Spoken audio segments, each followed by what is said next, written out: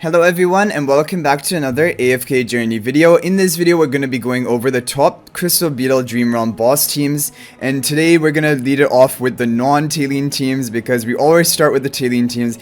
Even today the Talene teams are going to be the top performers, but I managed to kill the Crystal Beetle on Epic difficulty and also get over 40% of the boss's health on Hell difficulty using this non-Talene team. So definitely this is a great option for you to run if you have the heroes here, and if you don't have them then we will do some testing with more free-to-play alternatives at the end of the video. Okay, so I'm going to show you the team formation I used was the same for Hell mode and for the slaying the boss on Epic. And this will be the formation. So we have Reinier position swapping OD, giving him the attack buff from his charms, the Reinier magic charms. And also the advantage of this is that Mikola can buff up the OD who's in the front with her haste buff from Curd Sphere. Because it's difficult for Mikola to buff up, like, it's actually impossible for her to buff up backline allies on your team.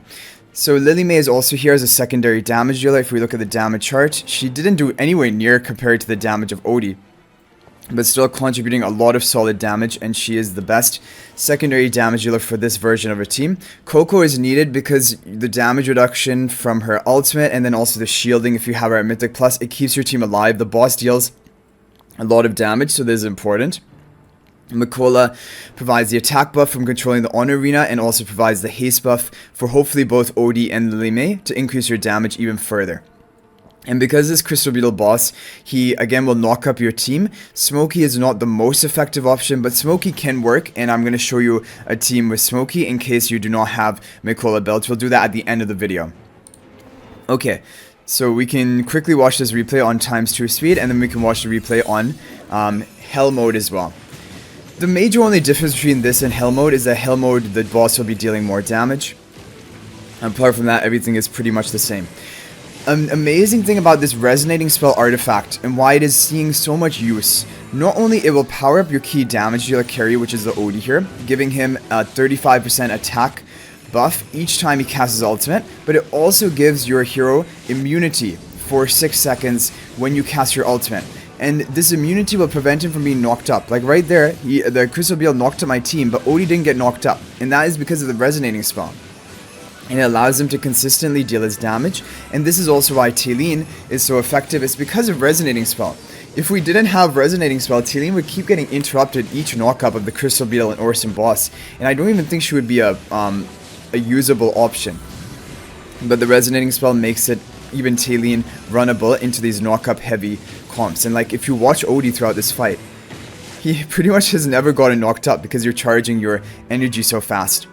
Talene has a problem that eventually she is going to get knocked up because you're not going to be able to keep recasting her ultimate because she's going to continuously cast, but Odie keeps casting at such a fast rate that basically he's never going to be knocked up and can continuously output the damage. So my highest score was this one, where we managed to just break 40% of the boss's health, which is pretty impressive honestly. Like, I was not expecting that I was going to be able to do it today, but you can see, look how much damage the Crystal Beetle boss is doing.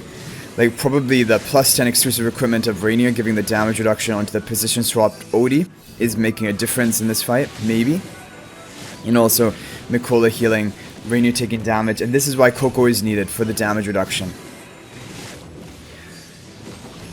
Okay, so the basically mechanics of the Crystal Beetle boss is he has a high dodge chance, and also when he floats up into the air he's untargetable, like he's not taking any damage at that point, and that all reduces your damage output. But the good advantages of this boss are the Shroud will increase magical damage from all sources, so it increases like OD, Lily May, Talene damage.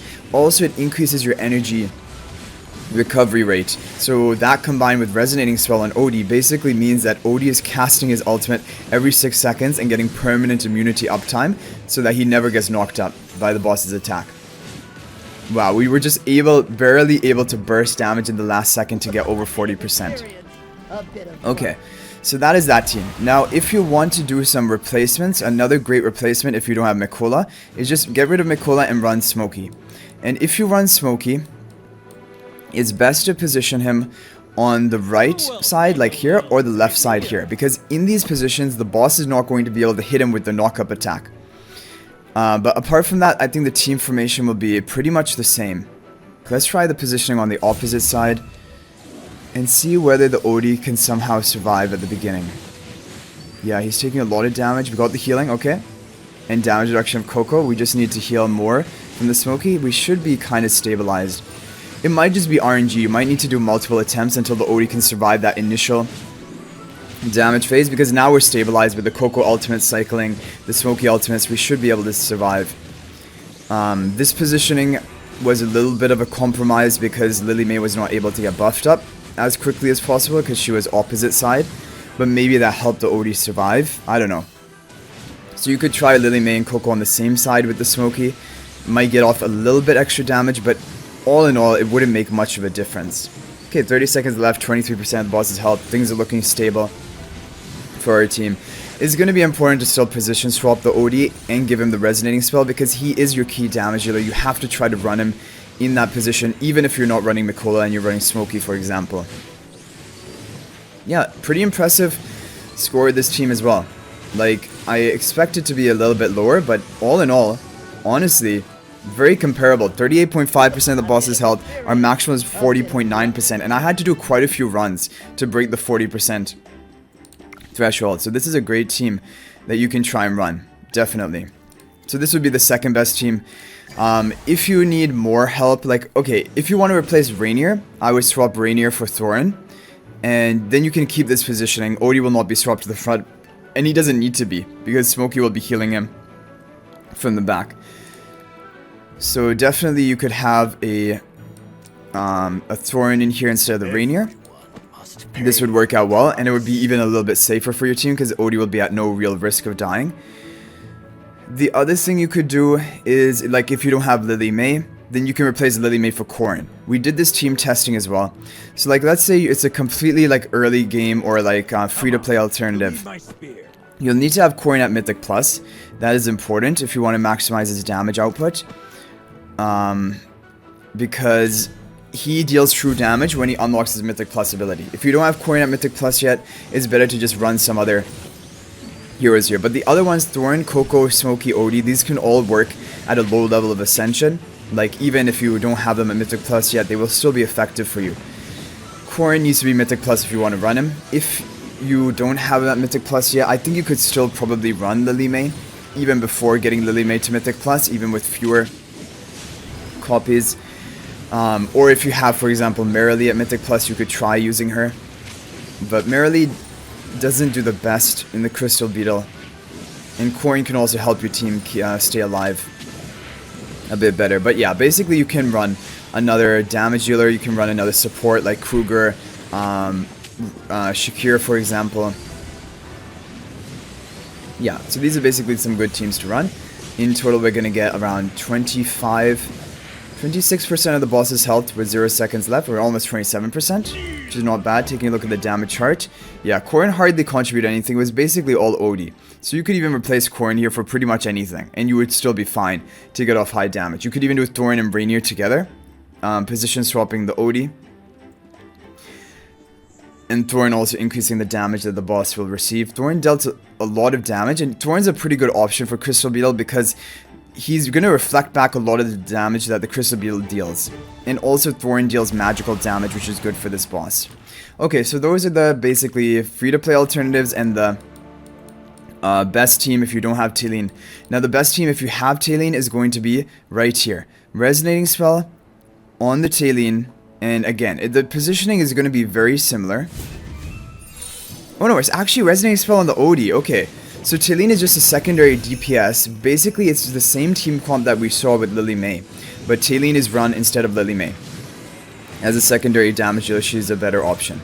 Yeah, again, Resonating Spell is just going to be too good on Odie here because he's able to cycle his ultimates and just get up the permanent immunity. Talene cannot cycle her ultimate, so you just have to suffer the knockups from the boss and just like bear with it and keep just recasting to deal her damage. And even that way, she still gets off more damage than Lily May. Because like, look at this, 36 seconds left, all the way up to 33% of the boss's health. So this is going to be out damaging the Lily May team. And there are some differences in formations you can run here. I have a couple more to well, one more actually from Himmel. He managed to get 60% almost of the boss's health with a slightly different arrangement, which might work out better for you, so we can show you that as well. Okay, so almost 48% of the boss's health with that lineup. Both Talene and Odie contributed a lot. Talene contributing more than Lily May, even though she kept getting interrupted. Now Himmel's team got, look, Talene. Now I think Talene was his resonator here. It must have been, right? No, it was still Odie resonator, but it was position swap Talene, attack buff on the Odie in the back. Very interesting. So here, the weird thing is that Mikola is not going to haste buff up the Odie, because Odie's in the back. Yeah, I'd like, theoretically you would think that this would not be able to get a higher score, not having like all of your allies up in the front. But it does end up doing really well. Yeah, and damage reduction from Coco. Otherwise, the team is pretty much the same. Very interesting, and I'm kind of confused, honestly, how this is getting a higher score than the other team formation. I guess it's because you're giving a bit more attack buff to the Talene with the reinier position swap. Yeah, and it could also be RNG related to the knockups, frequency, and timing of the Talene ultimate. Yeah, but look at this. Really high score. 126 billion damage, 59% of the boss's health. And the crazy thing is, this is Hell mode. I think after Hell, we make it to Endless mode. So pretty close. Pretty soon, we're going to be reaching Endless mode. And then things are going to change, like in terms of the optimal heroes and teams. And I'm excited for that. I hope that Freyester is going to have a place again. I'm really hoping it. Even though he doesn't have a great charm set, I think maybe, you never know. And that's creepy. That's like this hand over here. Like, I guess this is supposed to be like a dinosaur wasteland. But anyway, guys, I hope you enjoyed the video. Thank you for watching. That is going to be it for this video. I'll hopefully see you guys in the next one. If you want to join my AFK Journey Discord server, you can feel free to do so. There'll be a link to that in the description of this video. And in that, there are a bunch of different chat rooms for the different game modes that hopefully you can learn a lot from. Or you can chat with me or other people. We have over 500 members right now, and you can feel free to ask me questions there because I regularly check and try to respond to them. But thanks for watching, guys. That's it for this video. Good luck getting a high score in the Crystal Beetle Dream Realm boss. And until the next video, everyone, peace out for now, and thank you for watching.